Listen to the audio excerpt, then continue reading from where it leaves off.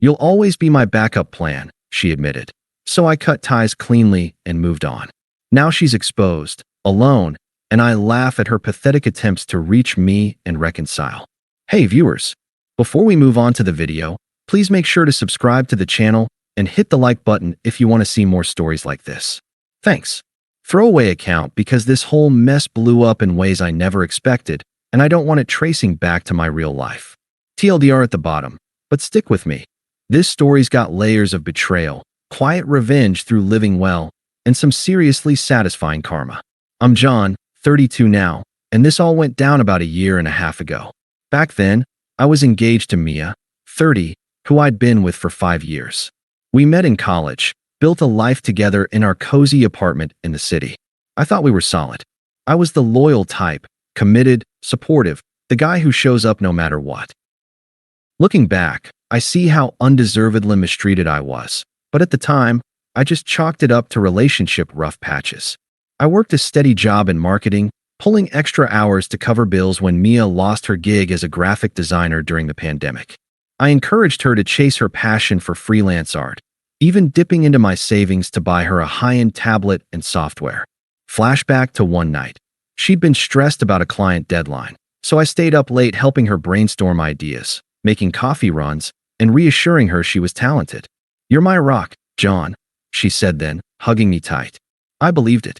I sacrificed weekends with my buddies to be there for her, turned down a promotion that would have required travel because she hated being alone. In return, she started pulling away emotionally, spending more time on her phone, laughing at messages I wasn't privy to. I'd ask if everything was okay, and she'd brush it off with a smile. Just work stuff. Then came the gut punch. One evening, I borrowed her laptop to check something quick. Mine was charging, and a notification popped up from her social media direct messages. Curiosity got me, and I clicked. There it was, an ongoing emotional affair with Alex, a co-worker from her new part-time job at a creative agency. But it wasn't just flirty texts. Scrolling up, I found screenshots she'd shared with her best friend in a group chat, mocking me. One post she drafted, but thankfully not posted publicly yet, read, "My fiancé's so safe, he's basically my backup if things go south with the real excitement." Faced with tears of joy, Alex gets my heart racing. John's just there. Another, "Why settle for predictable when you can have passion? John's my plan B, always reliable but zero sparks." It hit like a freight train. How did I miss this? Was our entire relationship a joke to her? I sat there in the dim light of our living room, staring at the screen, feeling the confusion wash over me. Years of loyalty reduced to memes and side-eye emojis. I didn't rage or cry. I just felt numb, questioning everything. Had I been blind to the signs? The late nights at the studio, the sudden interest in self-growth books that justified chasing thrills. It was outrageous, the way she'd humiliated me behind my back, treating me like a safety net while swinging from vine to vine. That night, I didn't confront her right away. I needed to process, to let the betrayal sink in without exploding. But the next morning, over coffee, I couldn't hold it. I set her laptop on the table, opened to the messages, and said calmly, "We need to talk about this." Mia froze, her mug halfway to her lips. Her face went from surprise to defensiveness in seconds. "What the hell, John? You went through my stuff?" she snapped, slamming the mug down. I wasn't snooping. A notification came up while I was using it. But that's not the point. "You've been emotionally cheating with Alex, and you've been mocking me to your friends. Calling me your backup plan? That's cruel, Mia." She rolled her eyes, crossing her arms. "Oh, come on. It's not like I physically did anything. Alex and I just talk. He gets me, you know? He challenges me, makes me feel alive. You're reliable, sure, but it's gotten boring. We've been together forever. Things fizzle out. So I'm boring because I supported you through everything? Paid the rent when you were jobless, stayed up helping with your projects. See? That's exactly it," she said, her voice rising with that smug tone, like she was explaining something obvious to a child. "You make it sound like a chore. I deserve passion, John. Alex listens without judging, pushes me to be better. With you, it's all routine, dinner at home, Netflix, repeat. I need more." I leaned back, keeping my voice steady. "And the posts? The ones where you laugh about me being plan B?" She shrugged, not even apologetic. Those were just vents to my girls. Exaggerating for laughs. But yeah, if I'm honest, you'll always be my backup plan. Safe, steady John. If things crash with Alex, I know you'd take me back. That's sweet, really. Her words twisted like a knife. The hypocrisy, using my loyalty as her safety net while dismantling our life. So you're ending this? For him. Mia laughed, a short, dismissive bark. I'm not ending anything dramatically. But yeah, I think we should take a break. Explore options. It's not you. Well, it is you, but in a good way. You're too nice, too predictable. I need excitement. Don't worry, you'll land on your feet. Find some girl who wants the white picket fence. Twisted logic, Mia. You're justifying betrayal by blaming my stability. Stability's overrated, she shot back, standing up. I've outgrown this. Alex sees my potential. You just see the comfortable life. If you really loved me, you'd understand I need this, for my growth. I didn't beg or argue. Her smugness, the way she twisted my devotion into a flaw, made it clear this was over. Fine, we're done then. I'll pack my things. She blinked, like she expected a fight. Just like that? No yelling? God, even now you're so passive. Not passive, just done. I stood, heading to the bedroom to grab a bag. As I packed shirts and books, she hovered in the doorway, still justifying. You know, this could be good for you too. Shake things up. Maybe date someone who matches your energy. Low key, no drama. I zipped the bag, ignoring the jab. Goodbye, Mia. She followed me to the door, her tone shifting to mock concern. Don't be like this. We can still be friends, right? Text if you need closure or whatever. I didn't respond, just walked out into the evening air. The door clicked shut behind me, and I felt the weight lift slightly, even as the hurt pulsed. It was outrageous. 5 years, and she discarded me like an old coat, smug and entitled. I crashed at a buddy's place that night, staring at the ceiling, replaying her words. The confusion hit hard. How could someone I loved manipulate like that? Flashback to our engagement party, her eyes sparkling as she said yes. Toast from friends about our perfect match. Now it felt like a lie. I let the unfairness simmer. No outbursts, just quiet reflection. Why fight for someone who saw me as disposable?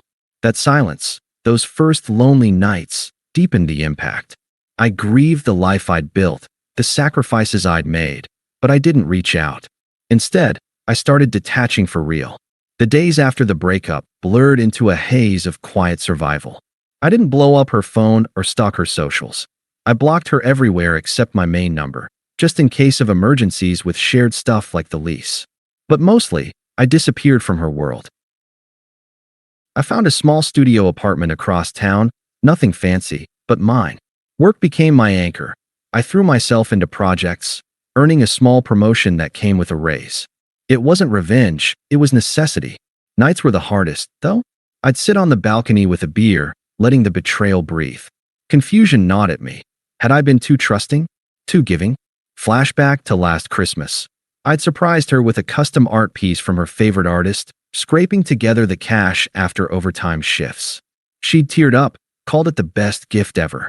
Now, knowing about Alex, it felt like I'd been played. The unfairness stung, pouring my heart into someone who was already eyeing the exit. I didn't wallow forever.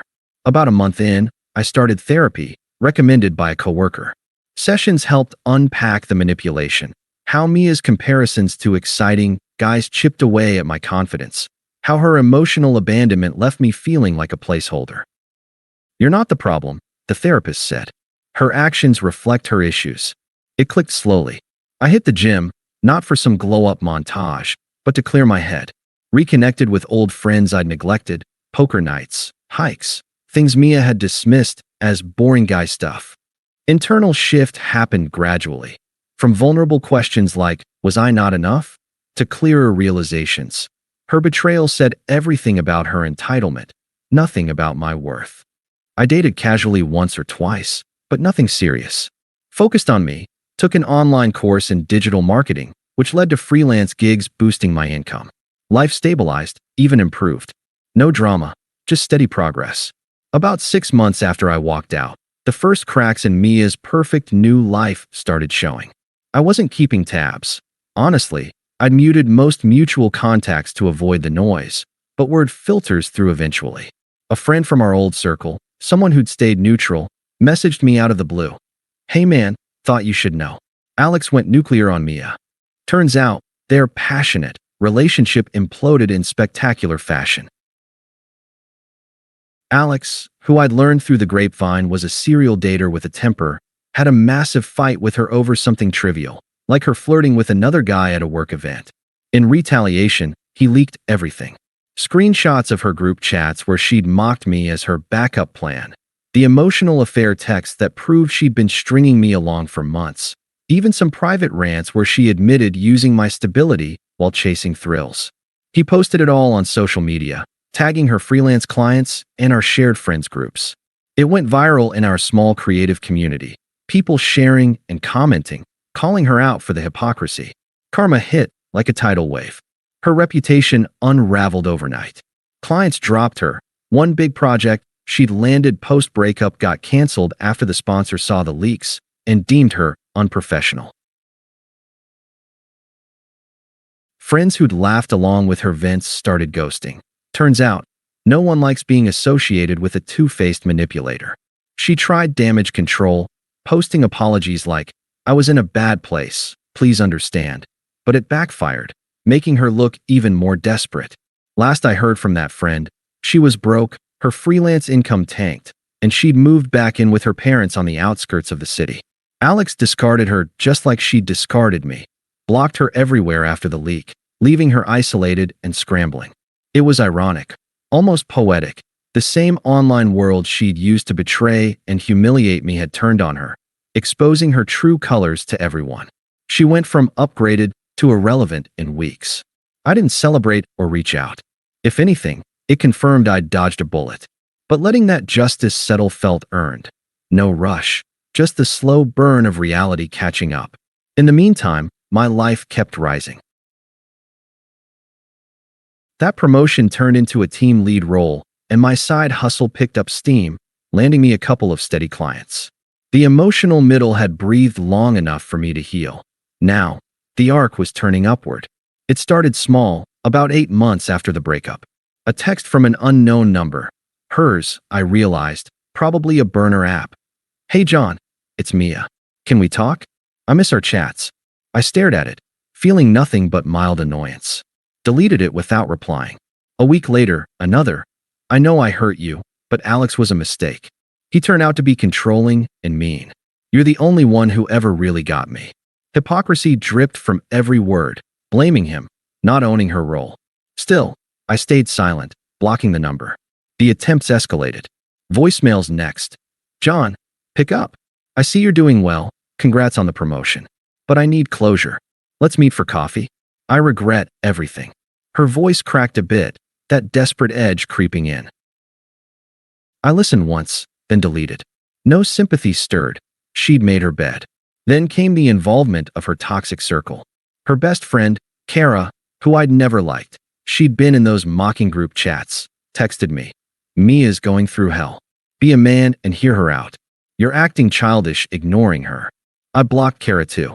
Worse was her sister, Lisa, calling from a family number. "Listen, John, Mia's family. She messed up, but family's forever. Come over for dinner. We'll sort this. Don't be the guy who holds grudges. It's unattractive, unpleasant, and pushy, like I owed them my time." I hung up mid-sentence. By the 10th month, her outreach turned frantic. An email titled, "Please read. John, I'm falling apart. Alex leaked everything. I've lost jobs, friends. I'm alone, sleeping on my parents' couch. Remember how you supported me before? I need that now. I was wrong to call you backup. You were the real deal. Come back." Power reversal hit me then. She'd been so smug, now unraveling while I thrived. I replied once short, "No. Move on." That lit the fuse. Next call, her tone shifted to anger. "How can you be so cold? After everything we had, you're enjoying this, aren't you? Fine, stay alone. You were always too boring anyway." Showing her true colors, the same dismissive smugness from the breakup. Her family piled on. Her mom left a voicemail. "You're breaking her heart all over again. What kind of man ghosts like this? Shame on you." Toxic through and through, echoing Mia's entitlement. I blocked them all, one by one. Internally, it was almost amusing, her desperation highlighting how far I'd come. No emotional pull. She was just noise now, a reminder of the bullet I'd dodged. Sarah and I were getting serious by then, planning trips and talking futures. Mia's attempts? Pathetic echoes from a closed chapter. The final nail came at our mutual friend Dave's birthday party, about a year after the breakup. It was at a casual venue downtown, string lights, music, a mix of old and new faces. I hadn't seen Mia since I walked out, and I didn't expect her there. Dave had mentioned she'd been persona non grata in the group after the leaks. But she showed up uninvited, looking rough, hair unkempt, eyes puffy, like she'd been crying. I was mid-conversation with Sarah, my arm around her, laughing about some work story. Mia spotted us from across the room and beelined over, her face a mix of hope and desperation. "John," she said, voice shaky. "Can we talk?" "Privately." I turned, keeping it cool. "Mia, this isn't the time. Please, just 5 minutes. I've been trying to reach you." Sarah squeezed my hand, supportive but letting me handle it. The room hushed a bit. People knew the history. Mia pressed on. "I know I screwed up. Alex was abusive, leaked everything. I'm sorry for the backup stuff. That was stupid. But we had something real. Give me another chance." I chuckled lightly, the comedian in me surfacing. "Backup plan, huh? Looks like yours backfired spectacularly. Hilarious how karma works. You discarded me, got discarded, and now you're here like it's a rom-com ending." Her face flushed. "Don't mock me. I'm serious. I've changed." "No mockery, just facts," I said firmly, tone evolved and detached. "You've become irrelevant to me, Mia. I've built a life without your drama. Better job, real friends, and Sarah here? She's genuine, no games. You're a closed book, a lesson in what not to settle for." She glanced at Sarah, then back, eyes widening at the reversal. Me thriving, her desperate. But we were engaged. Doesn't that mean anything? It meant everything once. Now, nothing. Goodbye. I turned away, pulling Sarah closer as we rejoined the group. Mia lingered a moment, then left, shoulders slumped. The party buzzed with whispers, her failure on full display against my quiet success. Walking away felt like true closure, a bad joke I'd finally outgrown. Update: blocked the last of her numbers. Living my best life. Thanks for watching. Make sure to subscribe to the channel and hit the like button. What do you think about this story? Share it in the comments.